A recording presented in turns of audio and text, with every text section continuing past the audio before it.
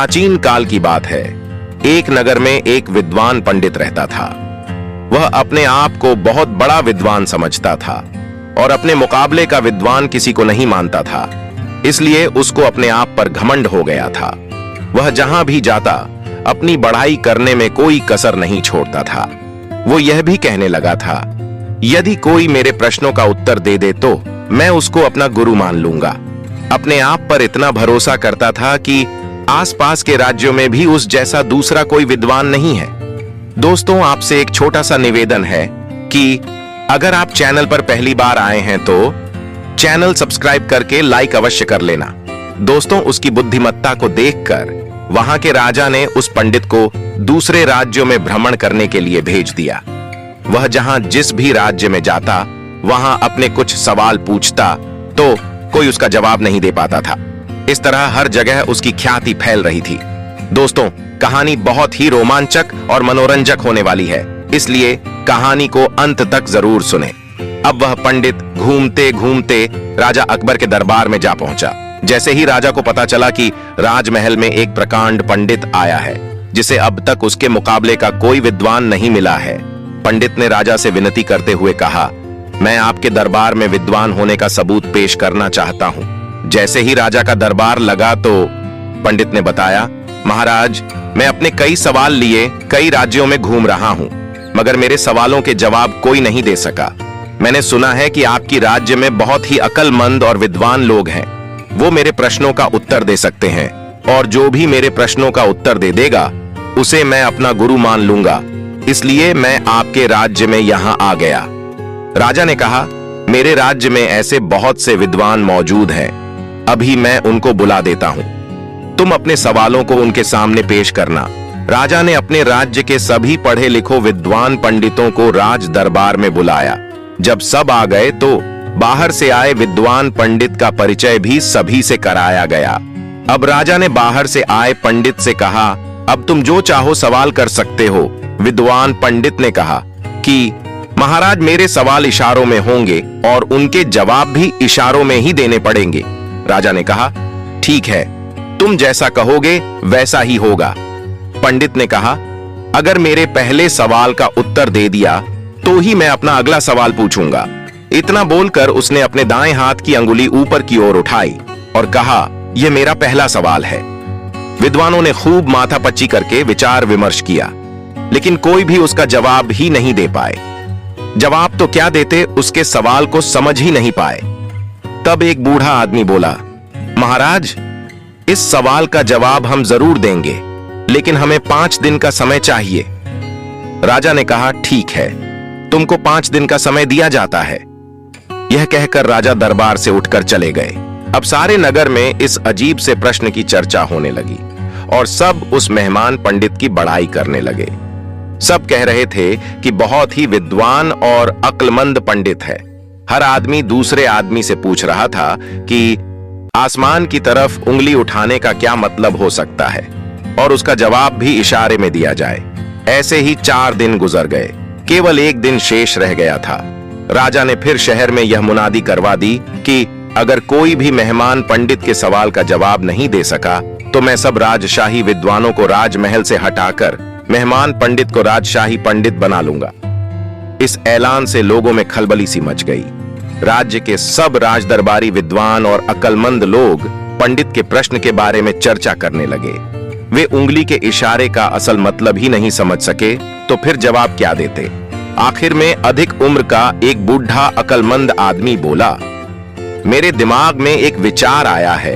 अगर हम उस पर अमल करें तो सवाल का जवाब दे सकते हैं और शायद हमारी नौकरी बच जाए, क्योंकि कई बार ऐसा होता है कोई बात बड़े बड़े विद्वानों की समझ में नहीं आ पाती, मगर एक बेवकूफ और नासमझ बच्चा भी उसको समझ लेता है।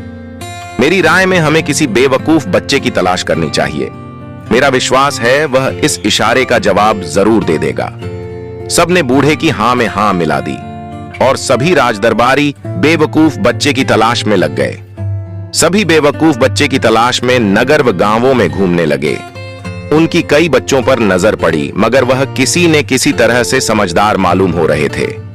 सभी राजदरबारी घूमते घूमते थक गए थे। आखिर में एक राजदरबारी बूढ़े आदमी ने एक गांव की तरफ से शहर की तरफ आता हुआ एक देहाती लड़का दिखाई दिया, जिसकी उम्र करीब 12 वर्ष की थी। उसके एक हाथ में एक मुर्गी का अंडा था। बूढ़े आदमी ने उस लड़के से पूछा, बेटा कहां जा रहे हो? लड़का पहले तो डर गया, फिर बूढ़े आदमी ने जब प्यार से कहा, बेटा घबराओ नहीं, ये बताओ तुम कहां जा रहे हो और तुम्हारा क्या नाम है?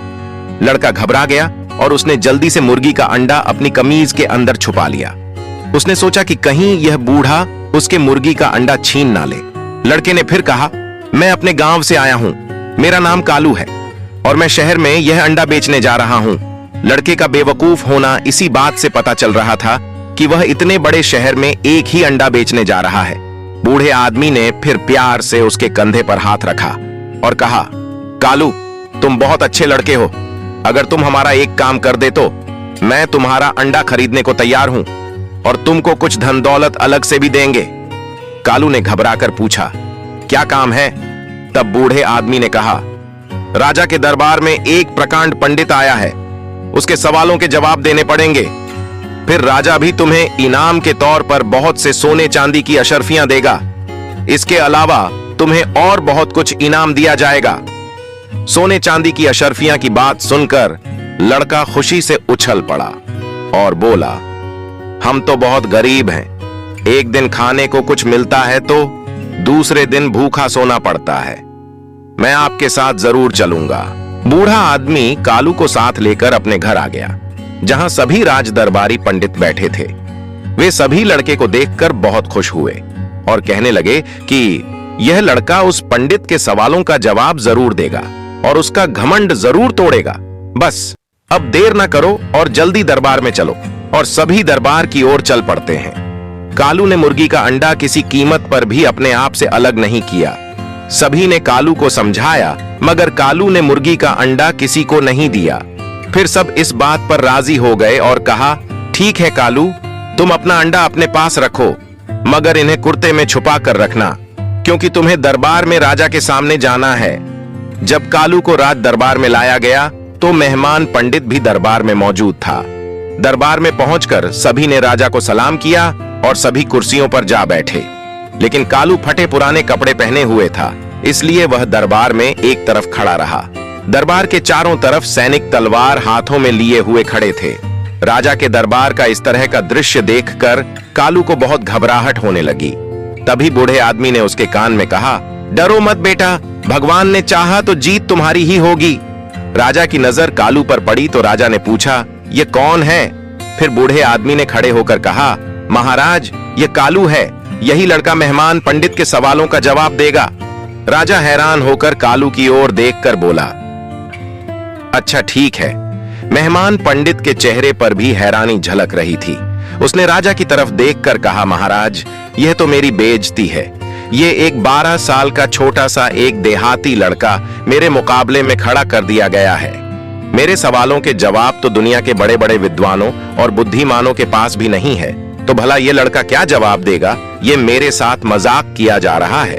राजा ने गुस्से से अपने राज दरबारी विद्वानों की तरफ देखा तो बूढ़ा आदमी कहने लगा, महाराज इन्हें इनके सवाल के जवाब से मतलब रखना चाहिए। इस लड़के की उम्र से क्या लेना देना है, ये अपने सवाल करें। राजा ने कहा, ठीक है, और मेहमान पंडित को कहा, तुम अपना सवाल करें। राजा का आदेश सुनकर पंडित उठा और कालू के सामने आया।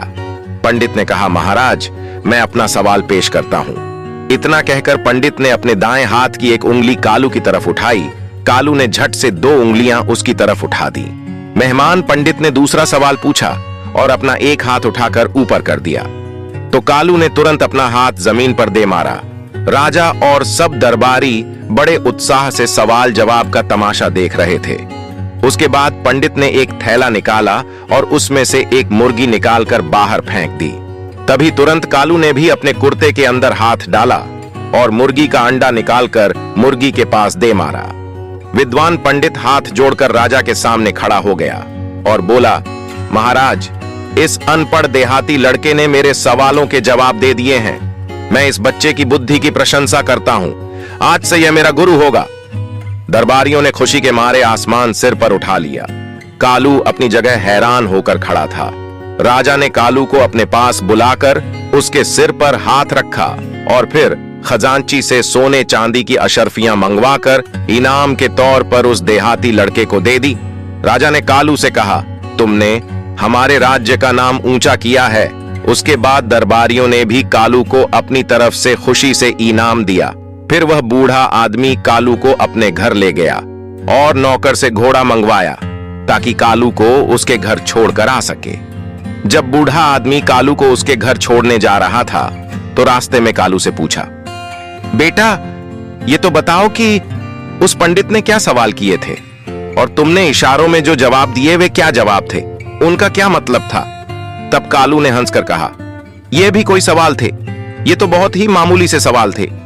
और कहा, जब उसने मेरी तरफ दाएं हाथ की एक उंगली उठाई और गुस्सैल सा मुंह बनाया तो मैं समझा वह कह रहा है कि अरे लड़के, मैं तेरी एक आंख फोड़ डालूंगा। उसका इशारा देखकर मुझे भी गुस्सा आ गया और मैंने उसे अपनी दोनों उंगलियां दिखाकर बता दिया कि अगर तू मेरी एक आंख फोड़ेगा तो मैं तेरी दोनों आंखें फोड़ दूंगा। इसके बाद उसने अपना एक हाथ छत की तरफ उठाया। इसका मतलब यह था, यदि तुम मेरी दोनों आंखें फोड़ोगे तो मैं तुम्हें छत से लटकाकर फांसी दे दूंगा। उसके इशारे से मुझे और अधिक गुस्सा आ गया। मैंने अपना हाथ जमीन पर जोर से मारकर कहा, अगर तुम मुझे छत पर लटकाएगा तो मैं भी तुझे जमीन में जिंदा दफन कर दूंगा। तब उसने अपने थैले से मुर्गी निकालकर फेंकी तो मुझे डराया कि मैं तुम्हें मुर्गी की तरह कच्चा खा जाऊंगा। मुझे और ज्यादा गुस्सा आ गया। मैंने भी उसे जवाब दिया और मैंने झट से अंडा निकाला और झट से मुर्गी की तरफ फेंक कर उसे समझा दिया कि मैं भी तुम्हें अंडे की तरह फोड़ दूंगा। बस यही उस पंडित के सवालों के जवाब थे और उस घमंडी पंडित ने अपनी हार मान ली। कालू की बात सुनकर बूढ़ा आदमी इतना हंसा कि हंसते हंसते उसकी आंखों में आंसू आने लगे और उसने उस देहाती लड़के की होशियारी की खूब बड़ी तारीफ की। दोस्तों, इस कहानी से हमें यह प्रेरणा मिलती है, ये कोई जरूरी नहीं है कि ज्यादा पढ़ा लिखा इंसान ही ज्यादा बुद्धिमान होता है। अगर आप समझदारी और होशियारी से समय के अनुसार फैसला ले तो हर कोई इंसान देहाती लड़के की तरह ख्याति प्राप्त कर सकता है। अगर आपको यह कहानी पसंद आई है तो कृपया इस चैनल को सब्सक्राइब करके लाइक अवश्य कर लेना। वीडियो को अंत तक देखने के लिए आपका बहुत बहुत धन्यवाद।